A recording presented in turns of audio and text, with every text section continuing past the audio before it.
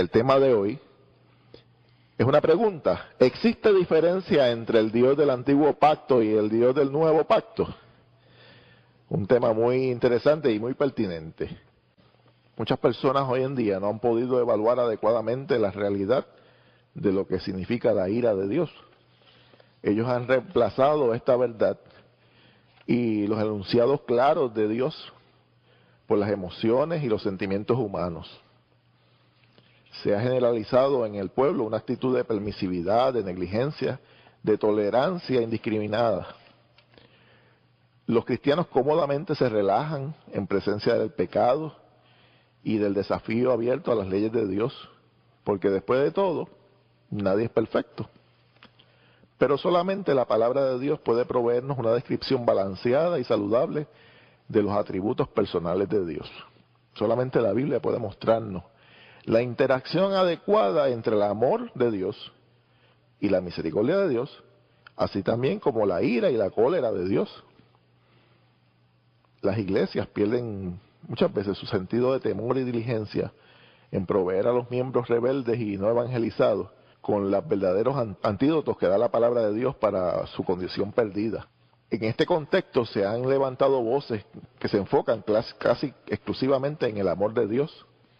Repetidamente se enfatiza la compasión, la misericordia, la gracia de Dios, y se descuidan otros atributos de Dios que son igualmente importantes. Aunque no podemos realmente enfatizar el amor de Dios de manera suficiente, podemos llegar a ser culpables de representar mal la naturaleza verdadera de ese amor. Se puede representar tan erróneamente el amor de Dios que anulemos otras doctrinas igualmente bíblicas como lo es la ira de Dios.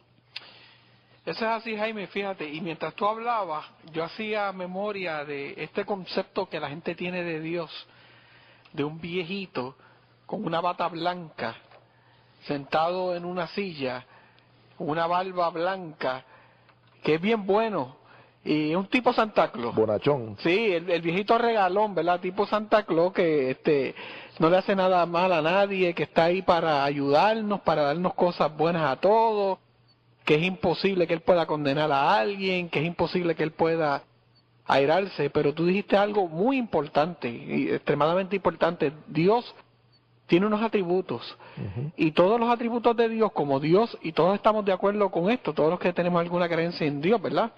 Todos los atributos de Dios son perfectos. Entonces, eso implica que tanto su amor es perfecto, su ira es perfecta, su misericordia es perfecta, su bondad es perfecta, su justicia es perfecta. Entonces, no es como nosotros, que nosotros, por ejemplo, nos airamos muchas veces por nimiedades o por cosas que no tienen ningún tipo de razón, por nuestros propios egoísmos, tenemos prejuicios, somos personas que juzgamos de acuerdo a la condición de las personas de una manera prejuiciada. Sin embargo, en el caso de Dios, eso no es así. Tenemos un Dios que es perfecto, que tiene unos atributos perfectos, entonces no hay en Dios ningún tipo de prejuicio. Por lo tanto, tenemos que concluir, ¿verdad?, que no hay ninguna razón bíblica que justifique este tipo de desfase, este desbalance que las personas tienen. Es como acabamos de decir, ¿verdad?, un entendimiento errado de la naturaleza que tienen las personas de Dios, ¿verdad?, y de la naturaleza progresiva de la revelación misma. Si leemos el Antiguo Testamento y el Nuevo Testamento, tenemos que leerlo en conjunto para darnos cuenta de cómo era ese Dios en el Antiguo Testamento, o lo que la gente piensa que es el mismo que está en el Nuevo Testamento. Sí, la Biblia se desvela de manera progresiva la revelación de un mismo Dios, que paso a paso vamos viendo diferentes características de ese Dios.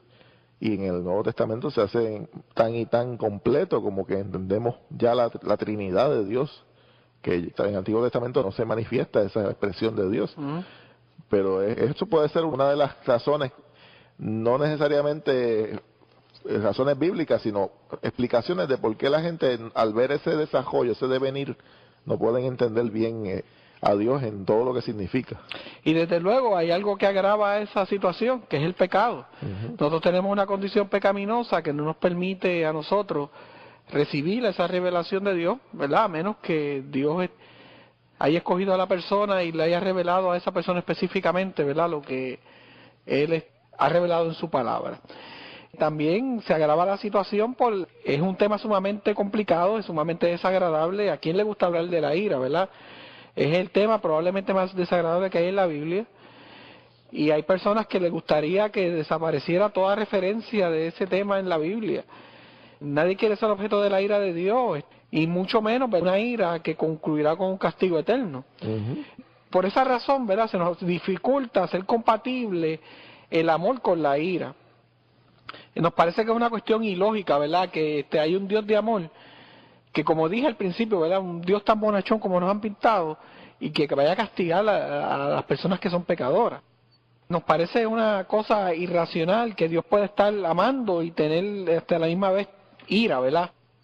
Sin embargo, mucho de lo que es Dios probablemente no puede entrar en nuestra comprensión. Nosotros no comprendemos como seres finitos lo que es Dios mismo. Y habíamos hablado de esos mismos atributos de Dios, ¿verdad? Son atributos, uno de esos atributos es la eternidad.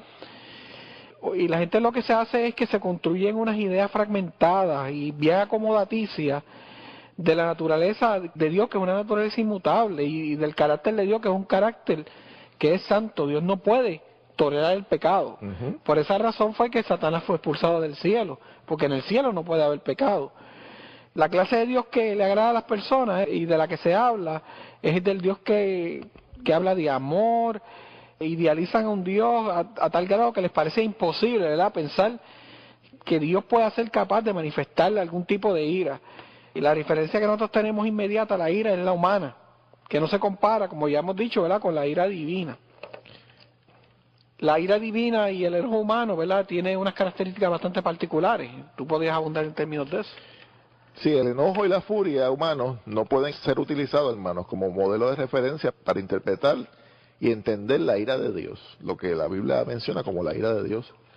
Nuestro enojo es irracional y nos daña a nosotros y a los demás.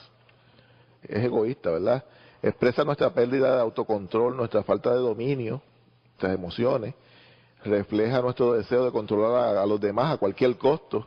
Es una expresión del deterioro y el desequilibrio que el pecado ha causado en nuestro interior, y que hace que nos sea muy imposible a veces coexistir unos con otros, ¿verdad?, en una relación armoniosa. Por otro lado, la ira de Dios no está contaminada por el pecado, porque Él es santo, por lo tanto, está bajo el poder y el control de su amor.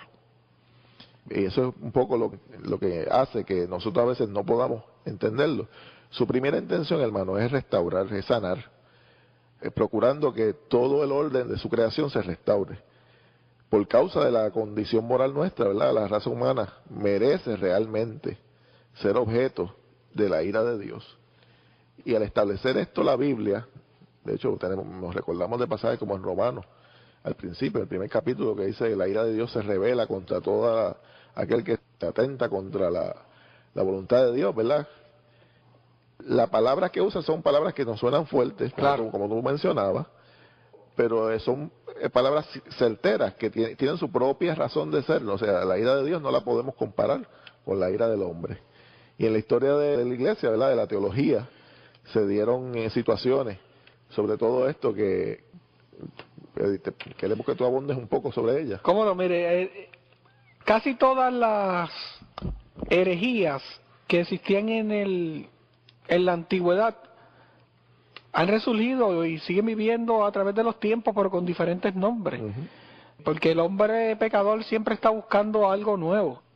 El hombre pecador siempre está tratando de llenar ese vacío intelectual, ¿verdad?, y espiritual, y crea dioses a su imagen y semejanza. Y pues, como tú habías dicho, este tema no es nuevo, este es un tema bastante viejo, de la antigüedad. Marción, en el periodo de los padres de la iglesia, él señalaba que había un Dios creador, ¿verdad? Él sugería que había un Dios creador del Antiguo Testamento que era un ser inferior al Dios y Padre de Jesús. Un tipo de, ¿verdad?, una dicotomía que Marción se inventó. Entonces se propuso eliminar del Nuevo Testamento todo tipo de influencia de este Dios creador, que para él era una creación, ¿verdad?, una construcción de la mente judía. Por ejemplo, él entendía que los evangelios de Mateo, de esas referencias que se hacían, debían ser eliminadas, ¿verdad? Porque para él ese creador era un creador malvado, un ser malvado. Y entonces, pues lo que hizo fue que terminó con una versión abreviada de Lucas, como el único evangelio que deberíamos usar, porque él entendía que los otros, pues, estaban corrompidos, ¿verdad?, por esa mentalidad judía de ese Dios malvado. La respuesta de la iglesia fue que rechazó totalmente las ideas de Marción y la catalogaron como una herejía. Y la iglesia pues nombró todos los libros que ella aceptaba como integrantes del canon, que son los libros que tenemos hoy día, y declararon, ¿verdad?, que todos fueron inspirados por un solo y mismo Dios. El mismo Dios que se revela en el Antiguo Testamento es el mismo Dios que se revela en el Nuevo Testamento. Pero todavía hoy en día, Jaime, yo entiendo que la pregunta de Marción sigue vigente. Por lo menos la propuesta de Marción sigue todavía vigente. Hay personas que todavía piensan. Yo recuerdo en una ocasión alguien me dijo, no, porque yo sé que tú eres más del Nuevo Testamento que del Antiguo, ¿verdad? Y yo le digo, no, yo soy de toda la Biblia, porque yo creo que el mismo Dios que estaba ahí, que nosotros vemos castigando al pueblo de Israel, era el mismo que decía que con amor eterno te he amado, ¿verdad? Por tanto te prolongué mi misericordia. Entonces el mismo Dios que está ahí en el Antiguo Testamento, el mismo Dios que está en el Nuevo Testamento, diciendo que va a castigar a los malos, ¿verdad? Y que los malos perecerán y que el mal finalmente será vencido y que si tú pecas, pues tienes cierta condenación. De hecho, habíamos escogido unos de esos temas. Le vamos a pedir a nuestro hermano Carlos Prusela que lea los versículos escogidos para la discusión del día de hoy. Romanos 11:22, mira pues la bondad y la severidad de Dios. La severidad ciertamente para con los que cayeron, pero la bondad para contigo. Si permaneces en esa bondad, pues de otra manera tú también serás cortado. Y el segundo verso es la primera carta del apóstol Juan en el capítulo 4, versículos 9 y 10. En esto se mostró el amor de Dios para con nosotros, en que Dios envió a su Hijo unigénito al mundo para que vivamos por Él. En esto consiste el amor, no en que nosotros hayamos amado a Dios, sino en que Él nos amó a nosotros y envió a su Hijo en propiciación por nuestros pecados.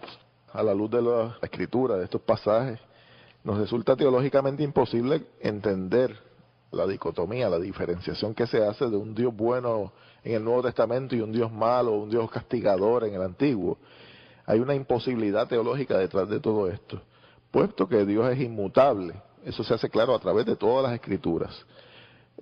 Jesús mismo, el Jesús del Nuevo Testamento, es la segunda persona de la Trinidad, es el perfecto revelador del Padre. Si conocen a Jesús, conocemos al Padre. Así es. Ese Jesús de amor que mucha gente identifica de manera fragmentada con solamente amor, es ese Jesús que constantemente, y es el más que menciona, quizás en la Biblia, la ira de Dios y el juicio de Dios. Y de hecho el que describió el infierno más claramente que nadie. Exactamente. Y la ira de Dios no es necesariamente una característica que se manifieste de parte de Dios permanentemente. Dios mismo en su naturaleza es amor, como dice la Escritura. Y tenemos que hacer esa distinción, porque la naturaleza que caracteriza a Dios y sus acciones es el amor, primordialmente. Dado que la ira de Dios no es irracional, siempre existe una razón que provoca entonces la ira de Dios. Y la provocación de la ira de Dios es por causa del pecado. Es una reacción o una acción de Dios, porque Dios no reacciona, hermano, ante la presencia irracional del pecado en el mundo, el mal que se manifiesta en las criaturas y en el mundo creado. Y en consecuencia su ira es momentánea. Llegará un momento en que sus propósitos se cumplirán y Él pondrá, como dice la Sagrada Escritura y como un versículo preferido de nuestro pastor, ¿verdad?, pondrá a todos sus enemigos como estrados de sus pies. Y hasta ese momento Dios cesará sus acciones en términos de la ira, porque por la eternidad estaremos siempre en su presencia, en su bendición completa. Y es interesante eso que tú dices, que ¿verdad? Hay algo que Dios no se aira caprichosamente como nosotros, que nos levantamos a veces con el pie, como dice uno izquierdo, molesto. Dios tiene una razón para airarse. El mismo Dios que mató a los hijos de Coré fue el mismo Dios del Antiguo Testamento, ¿no? Fue el mismo Dios que en el Nuevo Testamento mató a Ananías y Zafira por haber mentido. No hay ninguna diferencia en él. No hay esa supuesta dicotomía de que Dios actuó de una manera en el Antiguo Testamento y otra en el Nuevo, porque vemos tanto el amor de Dios en el Antiguo Testamento como su ira, y también lo vemos en el Nuevo Testamento como su ira y su amor. Eso es así. Y hay muchas tendencias, ¿no?, muchas formas de cómo la gente aborda este tema. y por eso prácticamente fue que trajimos el tema a la discusión. Muchas personas tienden a ignorar ese tema como algo inexistente, una cosa que no les interesa, ¿verdad? Pero en el mismo hecho de que Dios se ocupa de plantearnos estas cosas, y especialmente plantear el hecho de su ira, Dios muestra su intención de que realmente se ocupa de nosotros. Particularmente en el Nuevo Testamento recordamos un pasaje que dice que el padre que ama a su hijo lo disciplina, lo castiga. Y es el amor de Dios el que nos presenta entonces su parte difícil, la disciplina, para hacernos entender que esa disciplina lo que tiene como propósito es restaurar el orden, hacer un arreglo real y verdadero, no caprichoso y arbitrario de todas las cosas de cómo deben ser. Otras personas lo rechazan esta situación y tienden a redefinir, a torcer la verdad, a enfatizar al Dios amoroso por naturaleza. Sugieren que el amor de Dios y su ira son incompatibles. La gente hoy en día sigue feliz su camino, muestra fuera de una armonía que la palabra de Dios establece claramente, y se consuelan en una perspectiva errónea del amor de Dios, una perspectiva incompleta, de hecho. Pero la alternativa real de todo esto es una aceptación balanceada y real de ambas realidades. La realidad es que la ira de Dios no puede ser borrada de la Escritura. Debemos mantener esto en mente cuando discutimos este importante tema. Hemos recibido al menos una pregunta de uno de nuestros oyentes, hermano Alberto Valverán, que nos felicita por el tema escogido en esta noche, le gusta, ¿verdad? Y tiene una pregunta que es muy pertinente. Dice, ¿qué se puede decir a las personas que dicen que Dios es tan bueno que nadie se va a perder? Carlos, ¿qué tú crees? Bueno, ¿qué se le puede decir a esas personas? Es lo siguiente, yo siempre he cogido el ejemplo, ¿verdad?, del padre, y tú y yo somos padres, que tiene un hijo, y nosotros tenemos a nuestros hijos y los amamos, porque yo amo a mis dos hijos, y yo estoy seguro que tú amas también a tus dos hijos. Yo creo que todos los padres, ¿verdad?, con algunas excepciones macabras, aman a sus hijos, pero también nosotros castigamos a nuestros hijos cuando hacen cosas malas. ¿Qué sucede? Tenemos a un Dios que es amoroso, como estamos diciendo, ¿verdad?, y va a salvar a algunas personas, pero también va a castigar a muchos de ellos que están haciendo las cosas mal y hacen las cosas mal y se deleitan en el pecado. Como hemos dicho, Dios no puede, ¿verdad?, ver el pecado, y por lo tanto Dios va a castigar el pecado. De modo que no podemos decir que el hecho de que Dios sea bueno quiere decir que va a dejar pasar el pecado, porque está en contra de su misma naturaleza. O sea, sí, perfecto. La naturaleza de Dios exige. De hecho, nosotros adoramos a Dios porque es lo único que el hombre debe y puede hacer. Fuimos creados por Dios, para Dios, porque Dios es el único que existe en sí mismo y el único que tiene la dignidad suficiente, como dice en Apocalipsis, digno eres de recibir la gloria, el honor, el poder, porque tú creaste todas las cosas, por tu palabra fueron creados todo el universo. Y de esa manera nosotros debemos entender a Dios, no un Dios egoísta que exige unas cosas que van más allá de lo razonable, no, un Dios real y pertinente que está ahí, que es legítimamente, exige su legítimo derecho como Dios a ser adorado. Y de tal manera, ese Dios, en el Antiguo Testamento vemos la expresión de su rechazo a todos los pueblos que le rechazaron, a todo aquel que no quiso saber de Dios. Pues mira, prácticamente la humanidad que no estaba dentro del pueblo judío, que fue el pueblo que Dios eligió para llevar su mensaje, esa humanidad se perdió. Y los que se salvaban, como Jesús decía, que la salvación viene de los judíos, se salvaban dentro del pueblo judío en esa época. En el Nuevo Testamento ya vemos una expresión de la gracia de Dios más amplia. Y Dios llama de todos los pueblos de la tierra, de todos los rincones de la tierra en todos los tiempos, a que se arrepientan. Pero es un llamado al arrepentimiento, no hace un planteamiento de súplica sin ningún tipo de derecho. Dios le dice al hombre, aquí está el plan de Dios, aquí está la oportunidad de Dios, la puerta abierta. Y hay un versículo y un pasaje que muchas personas para justificar sus pecados utilizan. Es increíble cómo lo utilizan y lo tergiversan. Y es el famoso pasaje de Jesús y la mujer adúltera, ¿verdad? Esa perícopa, cuando dicen, no, porque que esté libre de pecado, que tire la primera piedra. Pero no leen lo que sigue, ¿verdad? Que Jesucristo le dijo a aquella mujer, vete y no peques más.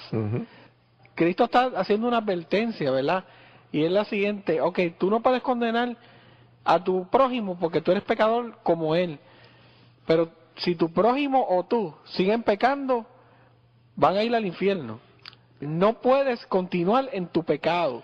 De modo que no puedes decir, no, Dios me ama y es bueno, yo voy a seguir mi vida como yo quiera vivirla, violando totalmente la ley de Dios porque Él no me puede condenar porque Él es bueno. No, Dios es un Dios que dice, vete y no peques más, no se puede seguir pecando. De hecho, me recuerda, en estos días estaba dialogando con mi esposa de la canción, el himno precioso, bello, Divina Gracia, que expresa del autor John Newton la maravillosa gracia de Dios.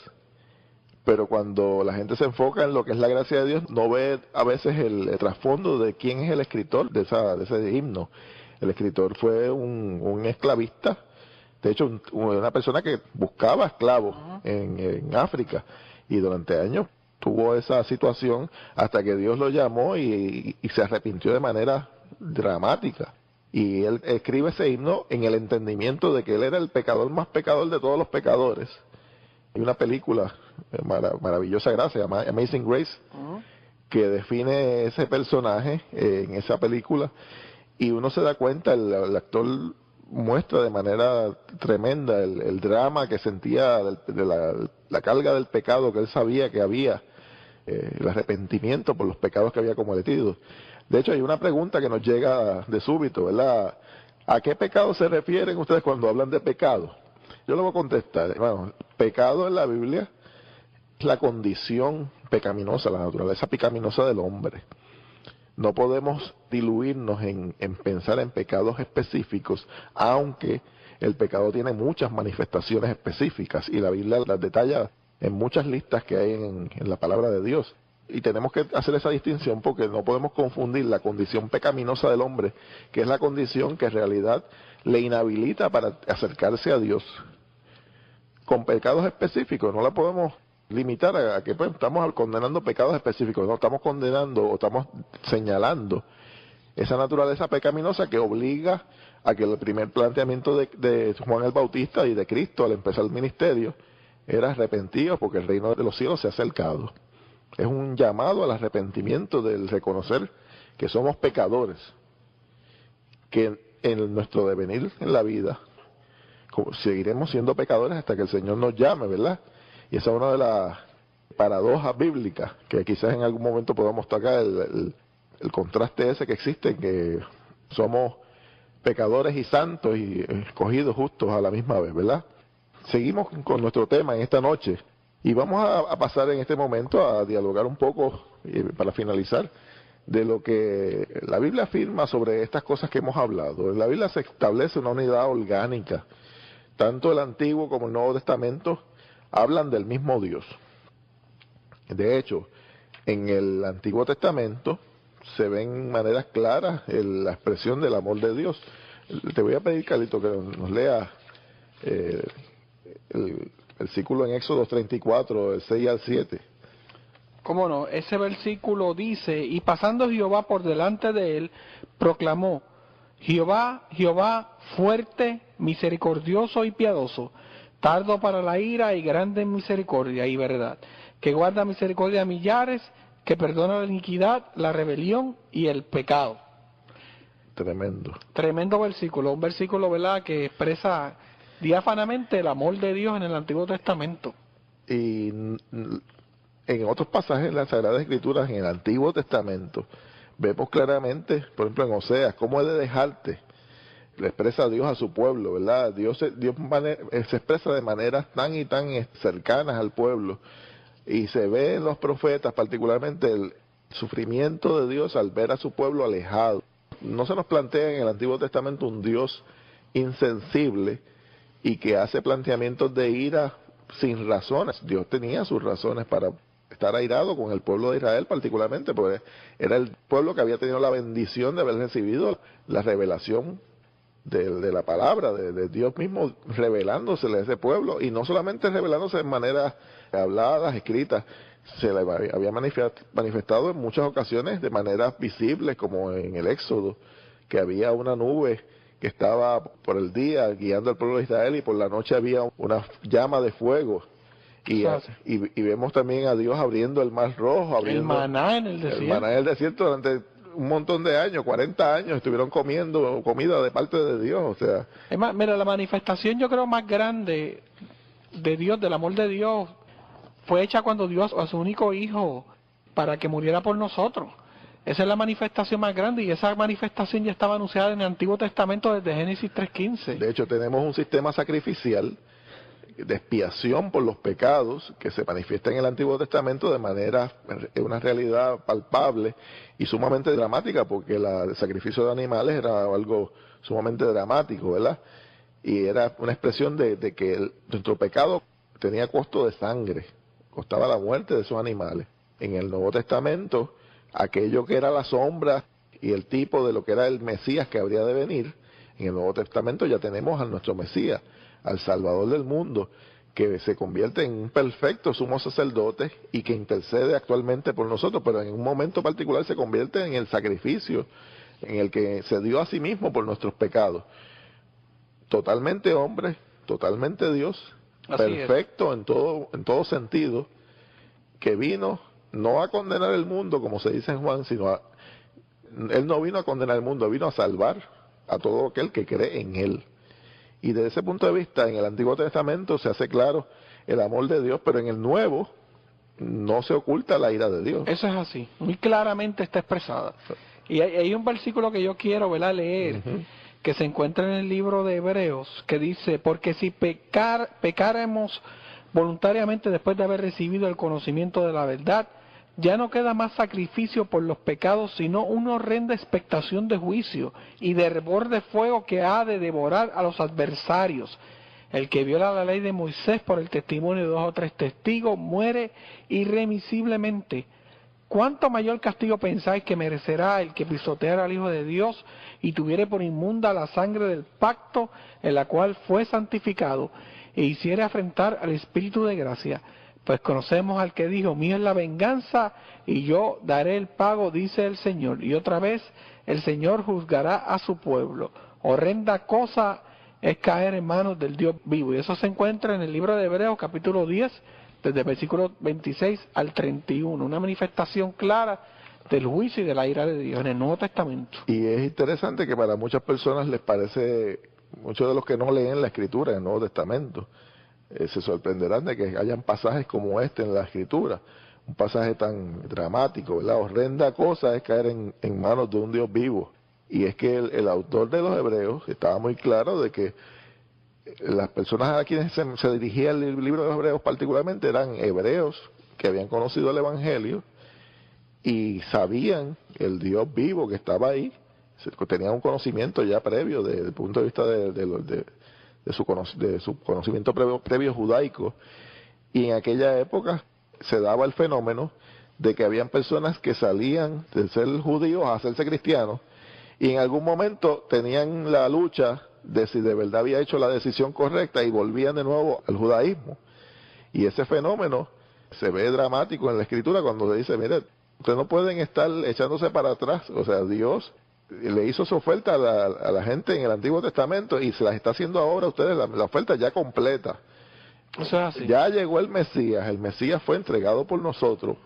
La muerte de ese Mesías y su resurrección marcan la pauta de lo que de ahora en adelante va a ser la realidad. Ya las sombras las echamos a un lado. Lo que era la ceremonia del Antiguo Testamento se echa a un lado. El foco de atención ahora es Cristo. Y finalmente vemos que hay una diferencia en el Antiguo Testamento, en lo que significa el juicio, en la historia de el Antiguo y el Nuevo Testamento. En el Antiguo Testamento el juicio se enfocaba más en juicios inmediatos. Dios mostraba al pueblo sus expresiones de desagrado de manera visible. En el Nuevo Testamento se enfoca mayormente en un juicio escatológico al final de los tiempos, el futuro de todas las personas que están sin Dios. Hermanos, damos gracias al Señor por este tema. Quédate con nosotros para que aprendas de esa palabra que no se equivoca, de esa palabra que es eterna.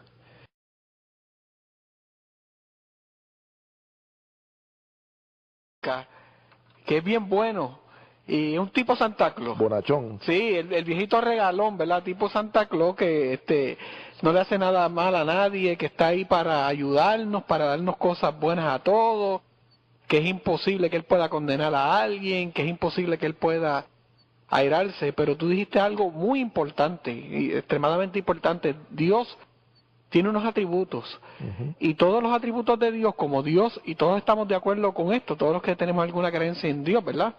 Todos los atributos de Dios son perfectos. Entonces, eso implica que tanto su amor es perfecto, su ira es perfecta, su misericordia es perfecta, su bondad es perfecta, su justicia es perfecta.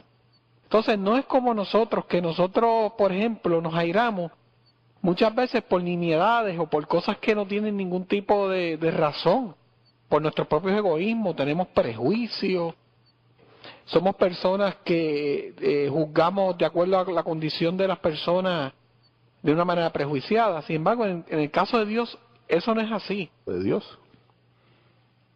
Las iglesias pierden muchas veces su sentido de temor y diligencia en proveer a los miembros rebeldes y no evangelizados con los verdaderos antídotos que da la palabra de Dios para su condición perdida. En este contexto se han levantado voces que se enfocan casi exclusivamente en el amor de Dios. Repetidamente se enfatiza la compasión, la misericordia, la gracia de Dios, y se descuidan otros atributos de Dios que son igualmente importantes. Aunque no podemos realmente enfatizar el amor de Dios de manera suficiente, podemos llegar a ser culpables de representar mal la naturaleza verdadera de ese amor. Se puede representar tan erróneamente el amor de Dios que anulemos otras doctrinas igualmente bíblicas, como lo es la ira de Dios. Eso es así, Jaime, fíjate, y mientras tú hablabas, yo hacía memoria de este concepto que la gente tiene de Dios, de un viejito con una bata blanca, sentado en una silla, con una barba blanca. De venir, no pueden entender bien a Dios en todo lo que significa. Y desde luego hay algo que agrava esa situación, que es el pecado.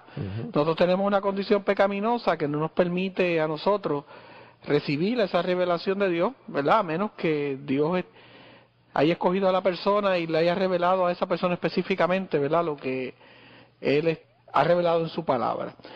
También se agrava la situación es un tema sumamente complicado, es sumamente desagradable. ¿A quién le gusta hablar de la ira, verdad? Es el tema probablemente más desagradable que hay en la Biblia, y hay personas que les gustaría que desapareciera toda referencia de ese tema en la Biblia. Nadie quiere ser objeto de la ira de Dios, y mucho menos una ira que concluirá con un castigo eterno. Por esa razón, ¿verdad?, se nos dificulta hacer compatible el amor con la ira.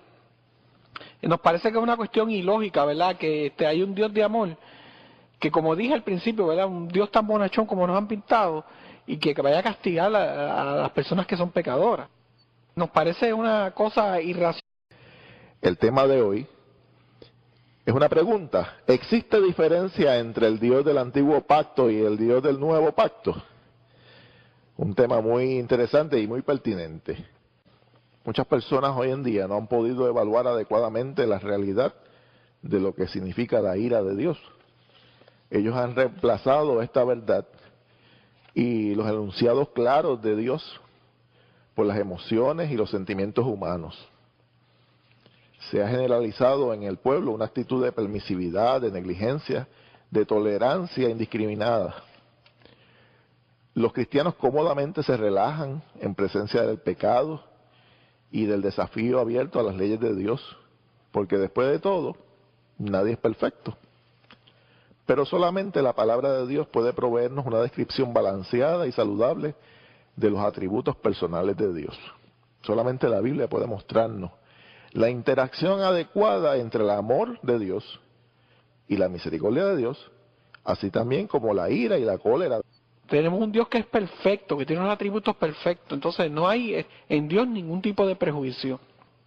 Por lo tanto, tenemos que concluir, ¿verdad?, que no hay ninguna razón bíblica que justifique este tipo de desfase, este desbalance que las personas tienen como acabamos de decir, ¿verdad? Un entendimiento errado de la naturaleza que tienen las personas de Dios, ¿verdad? Y de la naturaleza progresiva de la revelación misma. Si leemos el Antiguo Testamento y el Nuevo Testamento, tenemos que leerlo en conjunto para darnos cuenta de cómo era ese Dios en el Antiguo Testamento, o lo que la gente piensa que es el mismo que está en el Nuevo Testamento. Sí, la Biblia se desvela de manera progresiva la revelación de un mismo Dios, que paso a paso vamos viendo diferentes características de ese Dios. Y en el Nuevo Testamento se hace tan y tan completo como que entendemos ya la Trinidad de Dios, que en el Antiguo Testamento no se manifiesta esa expresión de Dios. Pero eso puede ser una de las razones, no necesariamente razones bíblicas, sino explicaciones de por qué la gente, al ver ese desarrollo, ese